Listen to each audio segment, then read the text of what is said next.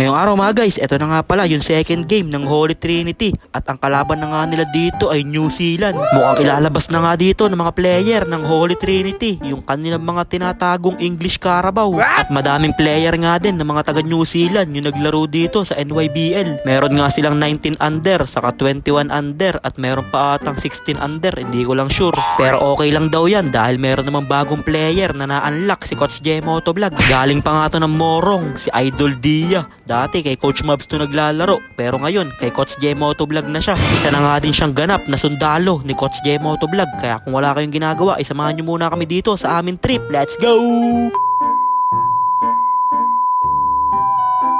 So, ayun po pagpasok nga namin dito sa may loob ng court, pinicturan muna dyan itong mga player ng New Zealand. Hindi nga lang pang basketball, itong mga player ng New Zealand, pwede din silang isalang sa pag-aartista. Kasi tignan nyo naman yung mga itsura, puro mga guwapings. Pero hindi naman daw dyan magpapatalo ang mga player ng Holy Trinity. Kaya sabi nila, o sige kayo na pogi, basta sa amin yung dating. Kaya pinagkakaldag kagad dyan nila Dores, yung mga kalaban niya, mintis lang yung tira niya. Pero nandun naman si McDaddy sa ilalim para i-follow up yung tira niya. Kaya bumawi naman kagad dito ang New Zealand na kay Idol umiikot sa ilalim, nakadalawang ikot, may kasama pang foul and one. Kaya napapaplex pa nga siya dito ng kanyang muscle. Kaso lang malalaki lahat ng player ng New Zealand kaya wala sa kanilang makaagaw ng rebound. Pero sabi dyan ni Idol Dia, walang malaki sa akin, papanisin ko kayo lahat. Kaya ito na, saan ka punta? To the moon, road trip, broom broom. Grabe moves naman yun para kay Idol Dia. Talagang nahilo yung bantay niya. Kaya nakisulit dito, gusto din magpasikat, dumere-diretso ko sa basket, dinukot pa sa ilalim.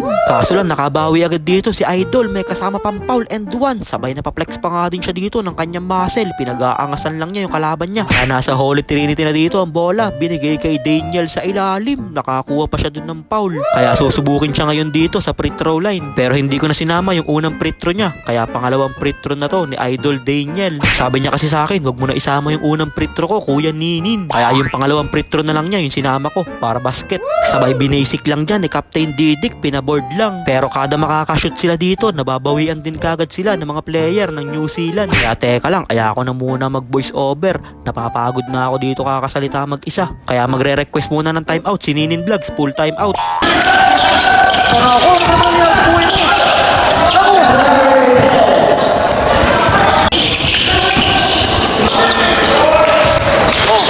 Nasa Holy Trinity dito ang bola, tinira ni McDaddy, tapi ka ng bola, nakuha nila Dores sa ilalim, easy 2 points yun. At dito na nga din natatapos yung ating first quarter, kaya nagagalit na nga dyan si Coach J Motovlog. Sabi niya, kala ko ba gusto nyo manalo? Bakit ayaw nyo dumipinsa? Kaya pagpasok na second quarter, ginanahan na kagad dyan si Captain Didik kasi nagagalit na si Coach J. At dito grabing sipag yung pinapakita ng Ginoo ng Cardona na si Clark Solis. Kaya sabi niya, shout out daw kay Kuya Sam saka kay Kuya Kali. Hindi pa daw kasi nagbe-best player si Clark Solis. Kaya sabi niya, ako daw muna ang mag-shoutout kay Kuya Sam saka kay Kuya Kali. Galingan nyo pa daw mag-basketball para pag sa susunod, paglaki nyo, kayo naman yung papanoorin namin dito. Sabay nagpakitang gilas na nga dyan si Captain Didik ng Wara moves. Talagang kulang yung 2 pops para sa gang.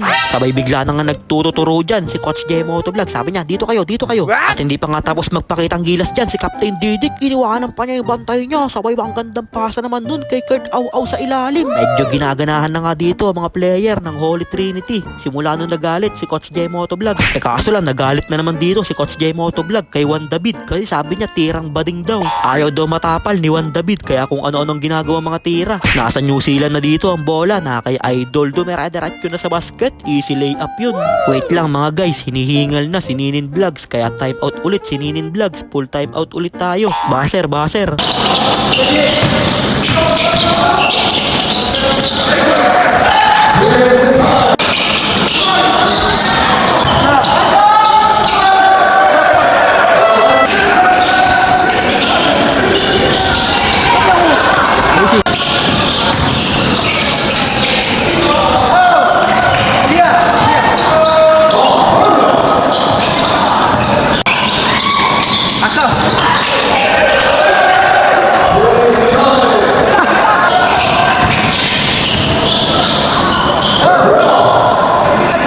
Basic lang. At bigla na naman nagalit dyan si Coach J Motovlog, kaya sabi ni Idol Dia, "Huwag ka na magalit Coach J Motovlog," at pinakawalan na nga niya dito yung isang 3 joints. Ilista mo na yun, papangs.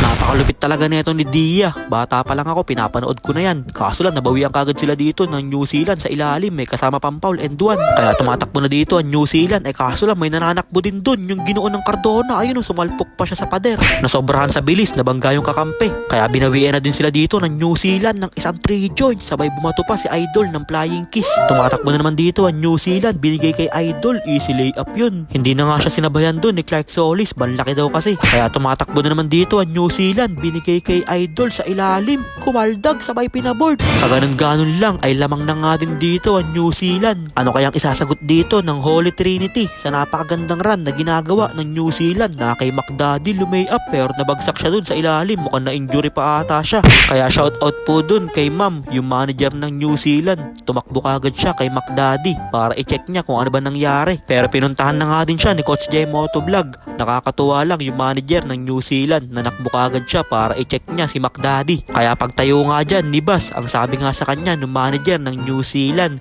"Mahal kita, McDaddy." Ayun no, mukhang sa New Zealand na ata tayo maglalaro sa susunod na NYBL. Pero sabi dyan ni McDaddy, "Ayako, ang sakit ng tuhod ko." Sabay nagpakawala na nga dyan ang Ginoo ng Cardona ng isang 3 joints. Ilista mo na yun, papangs.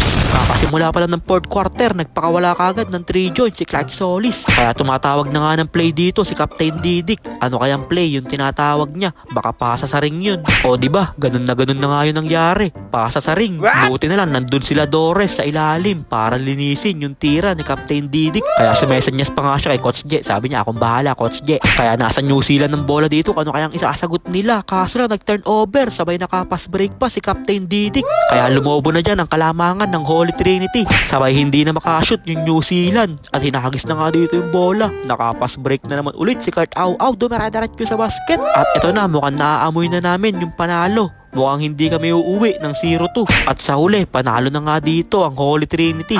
Kaya congrats sa magkabilaang team sa napakagandang laban na pinakita nyo. At syempre, congrats din po sa New Zealand. Bambabait nga ng mga player nila. Talagang esports lang. Baka naghahanap nga din po pala kayo ng mga trabahador nyo dyan sa New Zealand. Pwede nyo nga kaming kuhain, taga-alaga ng baka. Tapos pag umiyak, kakargahin. At syempre, ang ating best player of the game, walang iba kundi si McDaddy Bas. Dahil grabe nga yung nilaro dito ni McDaddy. Kaya mahal kita, McDaddy. Kahit iika-ika na siya maglakad, ay talagang for the go. Kaya maraming salamat po ulit sa lahat ng sumusuporta sa Holy Trinity. Lalong-lalo na po kala Sir Rene, kala Sir Kent, kala Sir Timothy, at syempre kay Ma'am May. Maraming salamat po sa walang sawang pagsuporta nyo sa ating mga players. Kaya pag uwi namin, hindi na ako nakapag-video.